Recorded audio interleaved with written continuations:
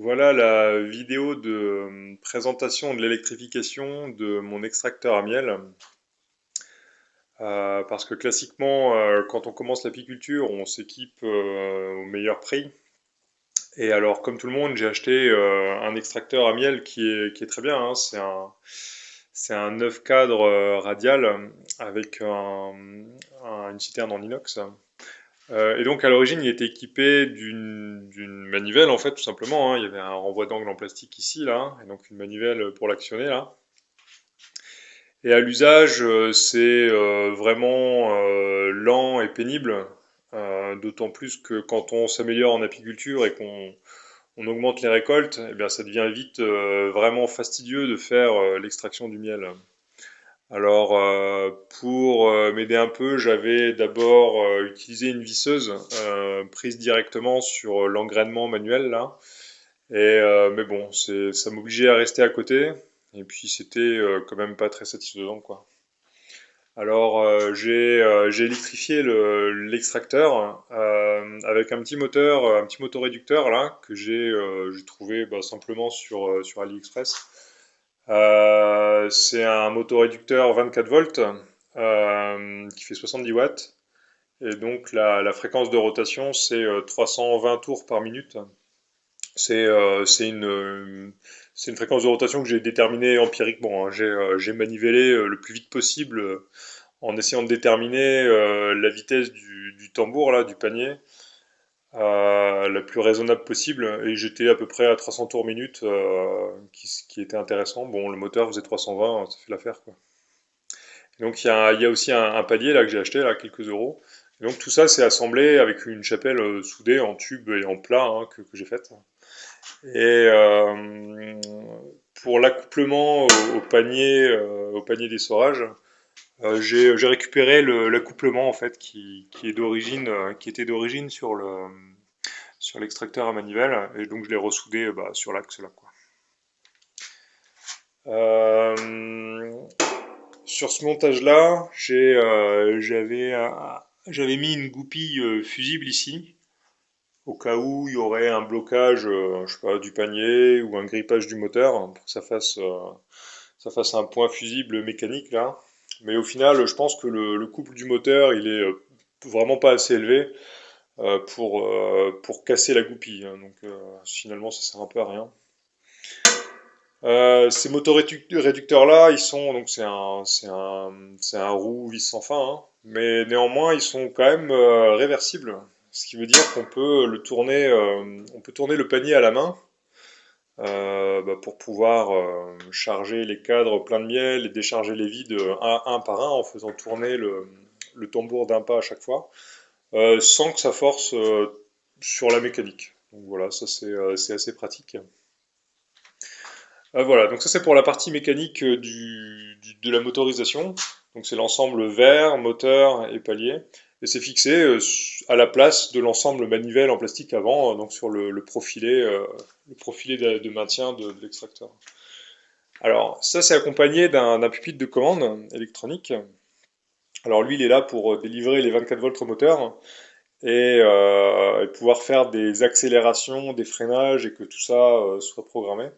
Donc il est composé d'une alimentation 24 volts, voilà, 4 ampères, voilà, ça suffisait. Et c'est piloté par un Arduino. Alors ce boîtier-là, il a deux modes de fonctionnement. Le premier, c'est un mode automatique. Donc voilà, il y a un petit switch ici là, qui permet de choisir le mode auto ou manu.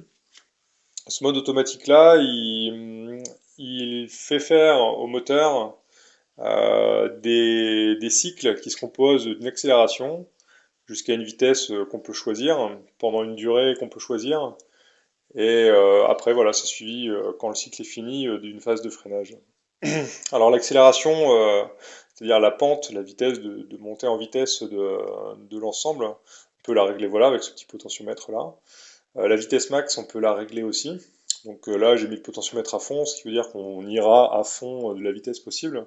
Ce qui veut dire que le moteur, il est alimenté du coup en 24 volts à ce palier-là.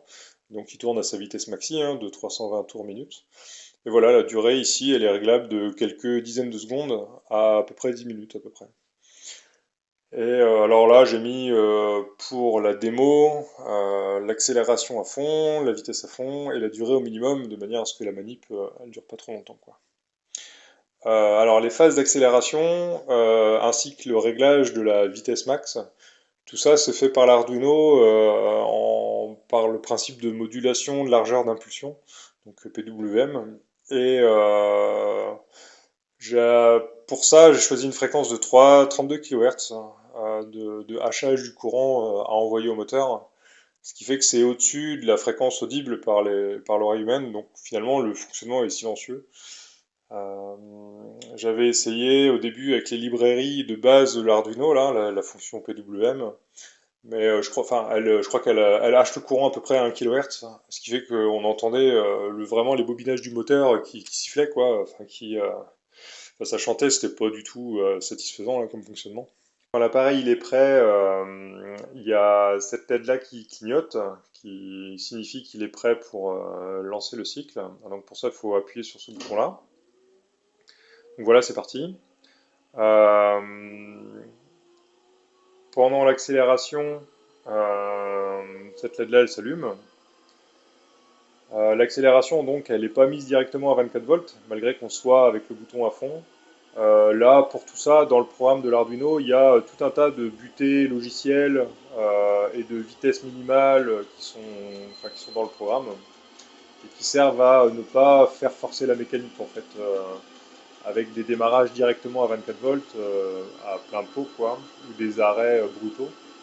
Voilà, une fois que l'accélération elle est arrivée, elle est finie.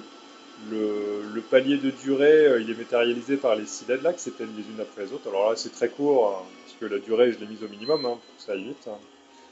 Et ensuite, on freine. Donc voilà, le freinage est allumé. Jusqu'à ce qu'on revienne à 0 volt, et que donc la vitesse soit nulle. Là, pareil, pour le freinage, c'est pas un passage direct de 24 volts à 0. Il y a une pente, une rampe de descente en vitesse, donc de baisse progressive de la tension. Et ça, par contre, c'est pas réglable, hein. C'est des choses que j'ai réglées expérimentalement à la mise au point du système. Voilà, avec des coefficients et tout ça, c'est logiciel en fait dans l'Arduino. Ça peut être modifié, quoi. Mais pas avec des boutons, ça servait à rien, quoi. Voilà, donc on peut repartir pour un cycle si on veut continuer le travail d'extraction, quoi. Alors là, pour la démo, c'était super rapide, hein. Moi, d'habitude, je fais plutôt des accélérations très très lentes jusqu'à la vitesse maximale. Je la mets toujours à peu près à la vitesse maximale, à 320 tours. L'accélération vraiment très lente, elle permet d'extraire très progressivement le miel des alvéoles à des vitesses d'abord basses. Et en fait, quand la vitesse de rotation commence à être rapide, le cadre est déjà quasi vide. Enfin, les cadres de miel sont déjà quasi vides. Et ce qui fait que il n'y a pas beaucoup d'efforts en fait exercés sur les structures en cire, parce que si on tourne vite tout de suite avec des rayons de cire remplis de miel et lourds, on casse tout, quoi. On retrouve des morceaux d'alvéoles partout dans l'extracteur. Donc moi habituellement je travaille plutôt avec des rampes de montée en vitesse vraiment lentes jusqu'à la vitesse maxi, et puis après la durée en fait je la règle par rapport à mon travail. Enfin, je la règle une fois pour toutes, hein. Le bouton, j'y touche finalement pas beaucoup, quoi. Et c'est juste que dans l'organisation de mon travail, en fait, dans le poste de désoperculation, j'ai, je prends le temps, enfin, je compte le temps de désoperculer 9 cadres pendant que lui fait son travail. Comme ça, une fois qu'il a fini, je décharge et je recharge et je recommence direct, en fait, quoi. Donc, je perds pas de temps. C'est du travail un peu à la chaîne, quoi. Et voilà, donc voilà pour les réglages. Et à peu près, du coup, le cycle fait plusieurs minutes en fait, hein. Et l'avantage avec cet appareil-là, qui fait des cycles automatiques, c'est que j'appuie sur départ cycle et je m'en occupe plus, il fait son affaire pendant que je fais autre chose, quoi. Alors, l'appareil, il a aussi un mode manuel que voilà, on peut activer en mettant le switch à gauche vers le mode manu. Et là, du coup, la vitesse, elle se règle bêtement avec ce bouton-là. Et les rampes de montée en vitesse et de baisse, en fait, bon, elles sont toujours bridées par des butées logicielles qui sont dans le programme pour pas casser la mécanique, hein. Si je mets le bouton à fond d'un seul coup, le moteur, lui, il va suivre beaucoup plus progressivement en suivant une accélération max qui est programmée dedans, quoi. Voilà, donc en mode manu, bon, pareil, on démarre le cycle. Et l'extracteur, donc il accélère progressivement jusqu'à la vitesse de ce bouton. Et puis après, la vitesse, elle peut varier en agissant dessus, quoi. Donc quand il sera stabilisé, on fera ça. Donc voilà, il a atteint la vitesse correspondante à ce qui est indiqué par le potentiomètre, là. Et donc on peut l'accélérer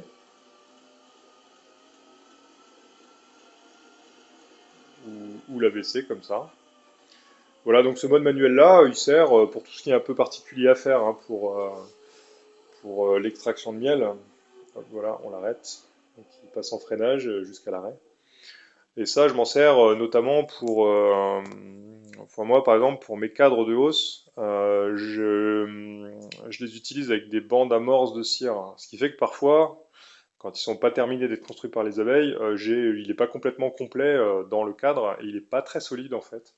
Et du coup, il faut les extraire vraiment doucement hein, pour, comme je l'expliquais tout à l'heure, que le poids du miel n'arrache pas toute la structure de cire. Et donc voilà, je l'ai fait plutôt en mode manu, cela tout à la fin là, parce que c'est un peu particulier. Ou ça me sert aussi pour l'extraction tangentielle. Quand j'ai des cadres de corps à extraire, j'ai des grilles que je peux rajouter dans cet extracteur-là pour extraire trois cadres de hausse à la fois. Là, c'est un peu particulier, il faut les extraire à basse vitesse d'un côté, puis de l'autre, puis un peu plus à haute vitesse de l'autre côté. Enfin, c'est un peu fastidieux, quoi. Et ça, voilà, je le fais. En général, j'en ai vraiment peu, j'ai quelques cadres seulement.